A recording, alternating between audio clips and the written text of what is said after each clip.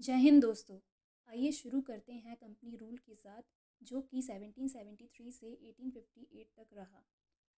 इस time period में 8 acts पास हुए थे, जिसमें से पहला था रेगुलेटिंग एक्ट ऑफ 1773।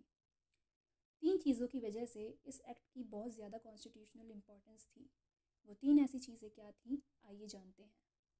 ये एक्ट ब्रिटिश गवर्नमेंट का पहला स्टेप था ईस्ट इंडिया कंपनी को कंट्रोल करने का। पहली बार ईस्ट इंडिया कंपनी के पॉलिटिकल और एडमिनिस्ट्रेटिव फंक्शंस को रिकग्नाइज़ किया गया था। पहली बार सेंट्रल एडमिनिस्ट्रेशन को फाउंड किया गया था, जो पूरा ब्रिटिश इंडिया को गवर्न करने वाला था। इम्पोर्टेंस के साथ साथ इस एक्ट के कई और महत्वपूर्ण फीचर्स थे। अब उनके बारे में जानते हैं।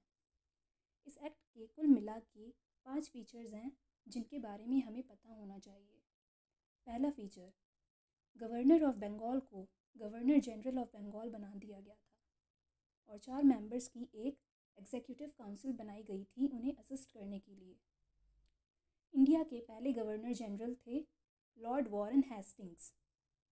दूसरा फीचर, बॉम्बे और मद्रास की रियासतों के गवर्नर्स को गवर्नर जनरल ऑफ बंगाल का सबॉर्डिनेट बना दिया गया था, जबकि इस एक्ट से पहले तीनों रियासतें इंडिपेंडेंट थीं। तीसरा फीचर, इस एक्ट के माध्यम से इंडिया में सुप्रीम कोर्ट की स्थापना कैलकाटा में 1774 में की गई, जिसमें कि एक चीफ जस्टिस और 3 अन्य जजेस शामिल थे। चौथा फीचर, कंपनी में काम करने वाले सर्वेंट्स और एम्प्लॉयज़ को इंडियंस से किसी भी तरह के प्राइवेट ट्रेड, रिश्वत लेना या कोई गिफ्ट लेने की सख्त मनाही थी।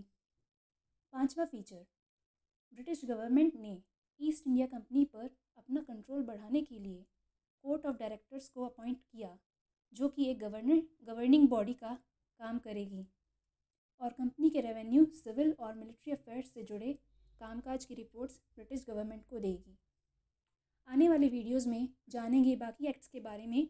धन्यवाद।